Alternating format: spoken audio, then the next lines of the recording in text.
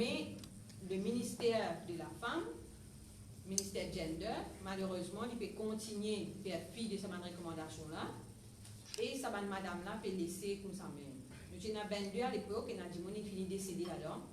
Et nous avons dit qu'on finit quitté par découragement. Mais nous avons quand même 17 madames qui ont encore resté. Et il y a une injustice flagrante parce que ça m'a dit que je vais travailler, je vais un contrat de travail, je gagne la paye la fin du mois, je vais la liste d'outils qui je vais faire et bien souvent je vais faire mon travail. Parce que c'est pas une madame qui montrait les autres madames dans mon village, dans mon centre social, comment manger, comment coudre, comment tricoter, comment faire une série de choses. Donc je aime pas les autres madames. Mais c'est moi, même je t'ai abusé. Nous considérons que c'était une violence vis-à-vis de madame. Et dans 17 madame, le ministre du Travail, le ministre de la Femme, bizarre, met un sérieux, comment nous dire, et régularise la situation, ça 17 madame là, surtout qu'il y en a beaucoup là-dedans, je ne suis pas loin pour aller prendre cette retraite. Et ça, une situation comme ça, ce n'est pas la première fois qui arrive. Dans le ministère de la Femme, même, il y en a beaucoup. Ben, les autres catégories encore qui sont redéployées dans différentes les autres places dans le ministère. Mais nous ne comprenons pas. Est-ce qu'il y a cause, ça m'a dit, qu'on rentre dans le syndicat côté CTSP qui passe misère comme ça, nous ne connaissons pas. Mais récemment, nous comprenons qu'il y a aussi des pêcheurs, des situations un peu similaires, si je ne me pas trompé. Quand je suis sorti d'un certain niveau, je n'arrive d'un autre niveau. Donc, nous pensons qu'il y a ministère bien fait des efforts pour comprendre les difficultés de madame là et nous avons 17 madame bien capables de nous donner un soutien et c'est bien travailler et en tant que tel je te couvert sur le Workers' Rights Act et que je te mérite tout bon droit qui est dans sous la loi là. Merci.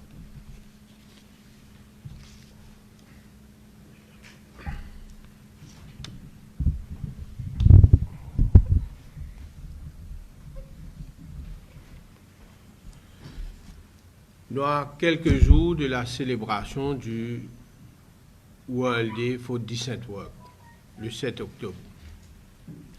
Pendant plus de 15 ans, la CTSP finit la guerre pour que les boueurs, les refuse collecteurs gagnent un petit peu plus de dignité dans leur travail. Aujourd'hui, c'est une insulte quand nous payons la guerre pour protection de l'environnement, pour garder l'environnement propre. Beaucoup d'actions que le ministre Ramano peut prendre, mais il y a, comment dire, un laissé pour compte de nos camarades, nos refuse collecteurs. Un camion passé devant vous, autour de Mokwe, là, on n'a pas connu Côte Dimoun, Côte Salté. Et dans un camion, même de une collectivité locale, dans le secteur public, quand hauteur qui besoin lève sa man salté là, il plus qu'il y a 1,50 m. Comment nous sommes capables, aujourd'hui, avec fierté, de dire que nous progressons dans le travail décent et nous pas trouver sa man pauvre et boueux là. Nous pouvons faire un appel au gouvernement, au ministre de l'Environnement. Nous sommes armés de courage pour nous capables de prendre une décision qui s'impose. Fin arrive l'air pour qu'ils nous arrêtent de servir ce qu'on appelle une box saleté. Tout le monde a besoin de servir une poubelle réglementaire. Il n'est pas possible, vous pouvez servir gros drômes en métal. Il n'est pas possible, et n'a du monde besoin rentrer dans une box pour les tirer saleté que sur l'âme. Il n'est pas possible que nous fassions, comment dire, nous pas trouver sa man frères et sœurs qui gardent nos pays propres. C'est un green job parce qu'ils nettoient l'environnement, parce qu'ils permettent nous vivre dans la propreté. Donc nous pouvons faire un appel. Bien capable de prendre une décision politique qui s'impose. Parce que le problème là, pas juste employés aux conditions de travail, mais il concerne nous tous, les citoyens. Nous sommes capables de garder nos saletés et comprendre que c'est un être humain qui vous vient ramasser ça. bizin impose l'autre tout du monde qui bizin na poubelle réglementaire. Ou na ou box, on fait au grand lacage, on fait joli box avec souvent pierre taillée tout autour ou à mettre au box là-dedans parce qu'il c'est un être humain qui fait travail. Et nous espérons que le ministre Ramano l'IPOU est à l'écoute parce que cet aspect fin déjà dit nous cause ce problème-là. Protège l'environnement veut dire avant tout protège les sujets de l'environnement, protège la nature. Et l'être humain, il forme partie là-dedans. Donc, nous espérons qu'à l'occasion de la Journée internationale du travail décent, nous pouvons capables de gagner une nouvelle qui peut encourager. Merci, mes camarades. Nous arrivons à la fin de nos conférences de presse. Si vous avez une question, si vous avez envie de poser. Justement, on peut poser ce matin, mon conseil régional, cette émission, on va juste ce matin, c'est que vous nous laissez, pour moi, c'est un habitat tous les 10 ans. Au bout de 3 ans, vous pouvez faire donc la situation, et vous êtes là, à arriver pour un drôme blé, ou pour un drôme humide.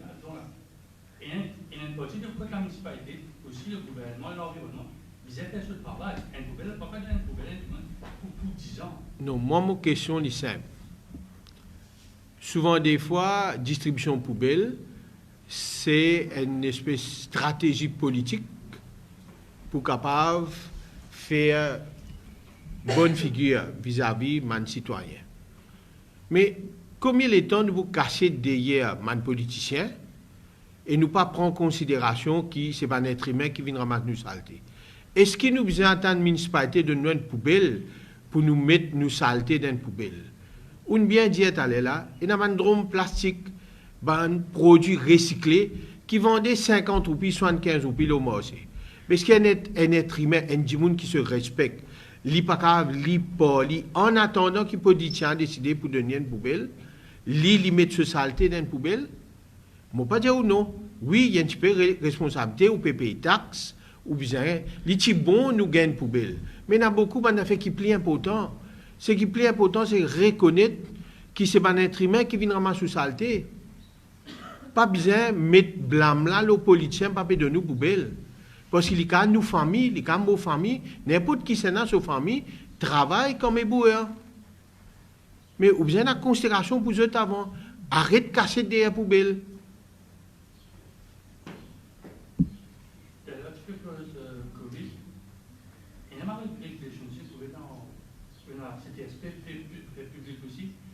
Je pense que la régulation qui sortit la semaine dernière du ministère des Réformes qui vient de mettre un peu de trouble dans tout ça, tout ce qui passe au niveau Covid.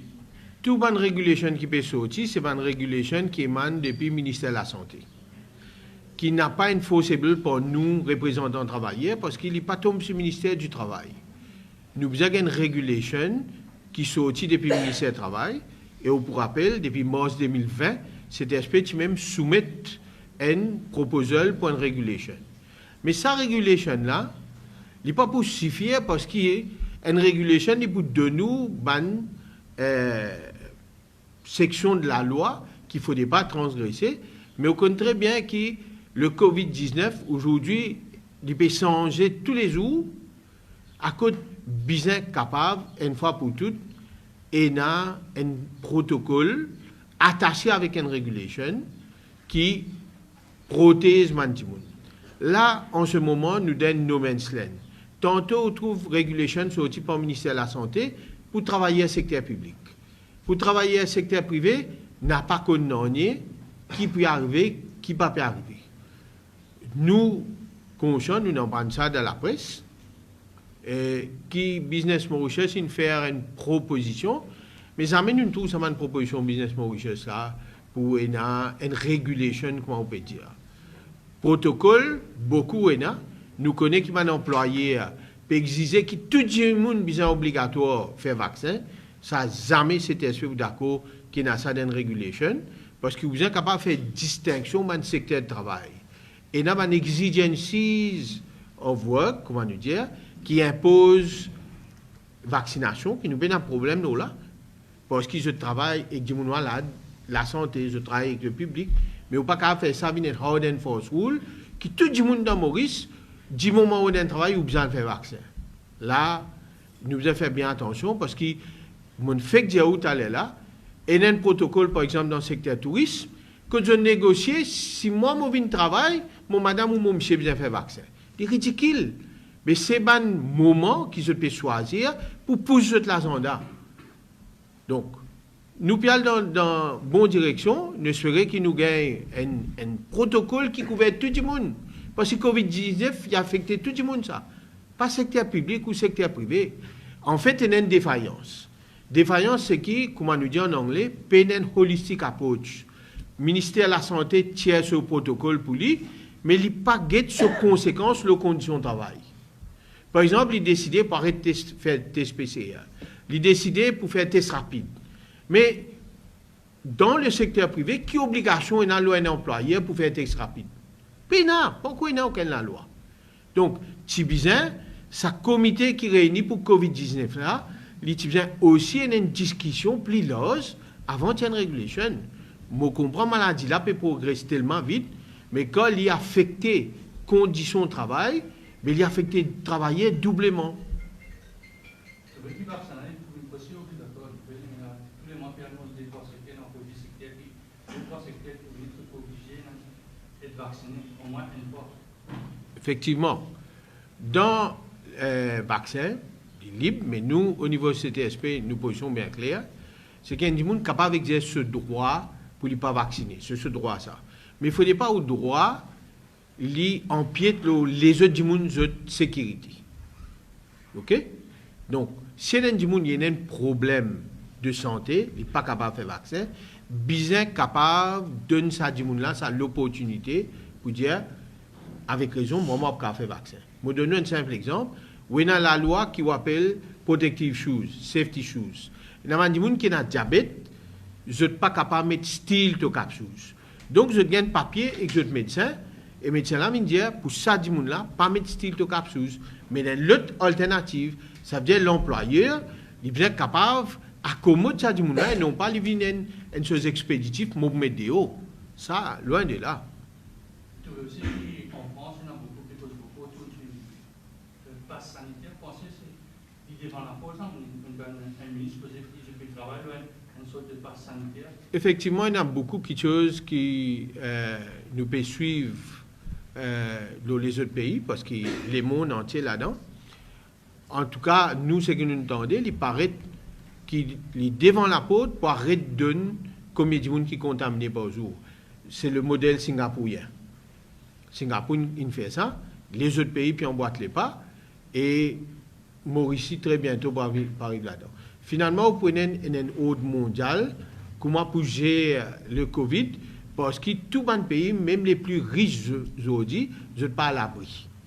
Donc nous pouvons faire frontière, nous ne pouvons pas faire autrement, parce qu'il y a 60 000 personnes qui ne peuvent pas travailler. Donc nous pouvons être 2 fois plus vigilants, qui est très important.